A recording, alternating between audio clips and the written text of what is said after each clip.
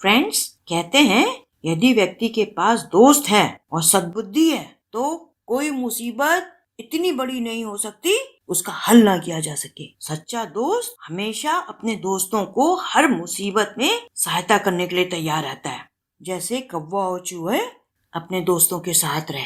चलो बताते हैं कैसे। बहुत समय पहले की बात है, दूर देश के एक जंगल में बहुत जानवर रहते थे। उसी जंगल में एक बहुत घना सा पेड़ था और उसमें बहुत ढेर सारे पक्षी रहते थे। तोते, मैना, कौवा, कबूतर, गौरैया इत्यादि इत्यादि। उस पेड़ पर तरीके तरीके के पक्षी रहते थे, लेकिन सब एक दूसरे के फ्रेंड्स थे।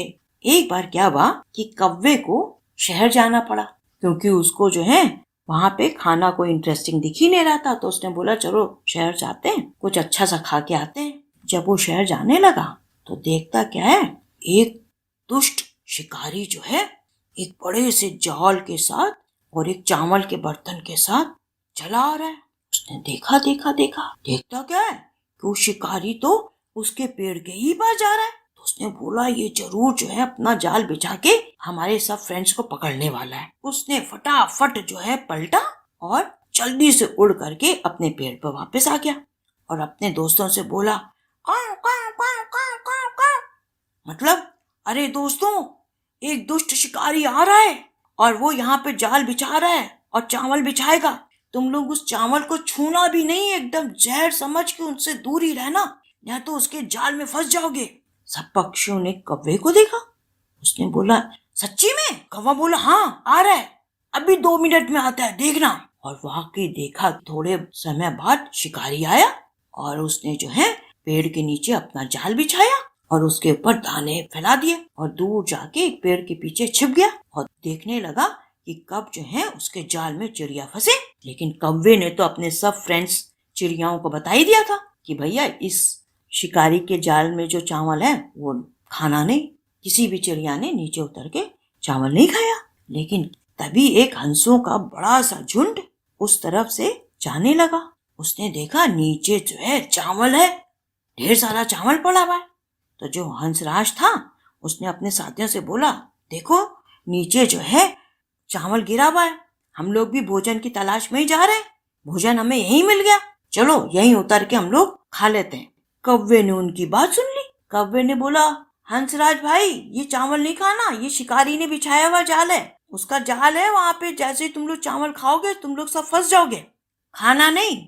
लेकिन हंसराज ने कौवे की बात सुनी नहीं। उसने बोला है रहने दो, बिना बात के मना कर रहा है, इतना ढेर सारा यहाँ पड़ा हुआ है चावल तो हम खाए क्यों ना। उसने कौवे की बात नहीं मानी और पूरे अपने साथियों के साथ नीचे आके चावल चुगने लगा, चुक चुक चुक चुक चुक करके।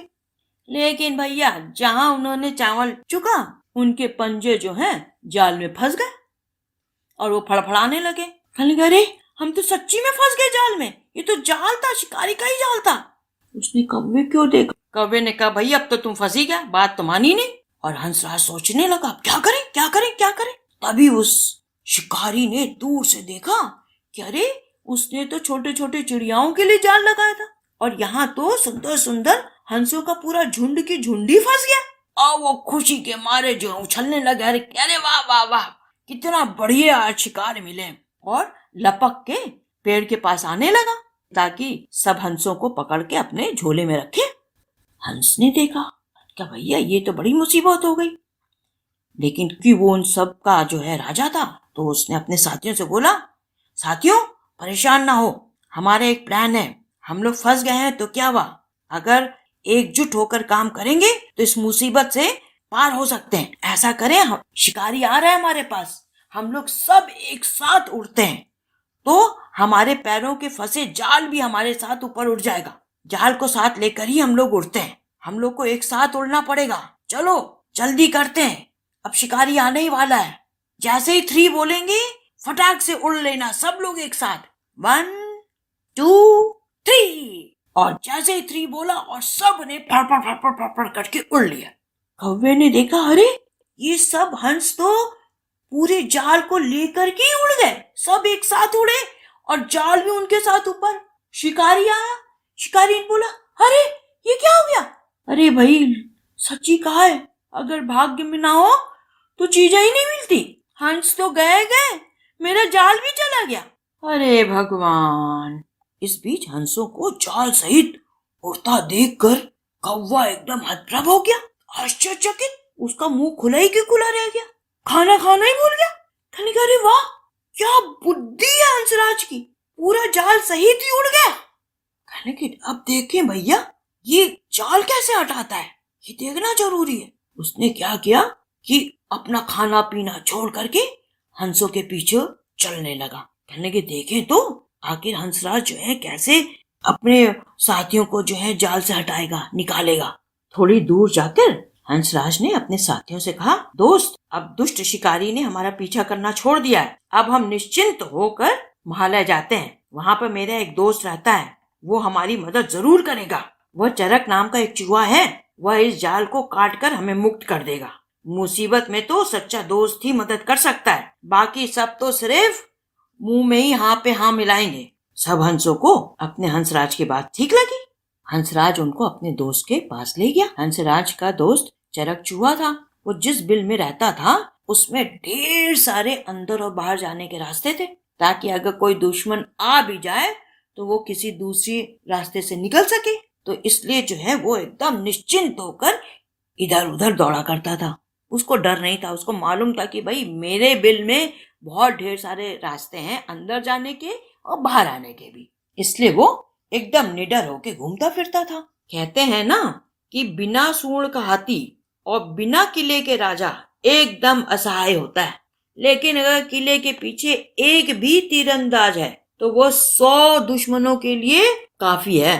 अच्छा, जब हंसों के राजा चरक चूहे के बिल के पास पहुंचे तो उन्होंने एक बिल के बाहर जाकर जोर से आवाज लगाई, दोस्त चरक, जल्दी बाहर आओ, मैं मुसीबत में हूँ। लेकिन चूहा बाहर ही नहीं आया। वो अंदर से ही बोला, कौन हो तुम, तुम्हें मुझसे क्या चाहिए, तुम्हारी क्या समस्या है। हंसराज बोला, अरे मेरे प्यारे मित्र, मैं धामी हूँ, हंसराज, हंसों का राजा, प्लीज जल्दी बाहर आओ, बहुत अर्जेंट काम है। चूहे ने अपने दोस्त की आवाज पहचान ली। वो लपक के बाहर आया और खुशी खुशी जो है अपने दोस्त से गले मिलने पहुंचा। तो अचानक रुक गया।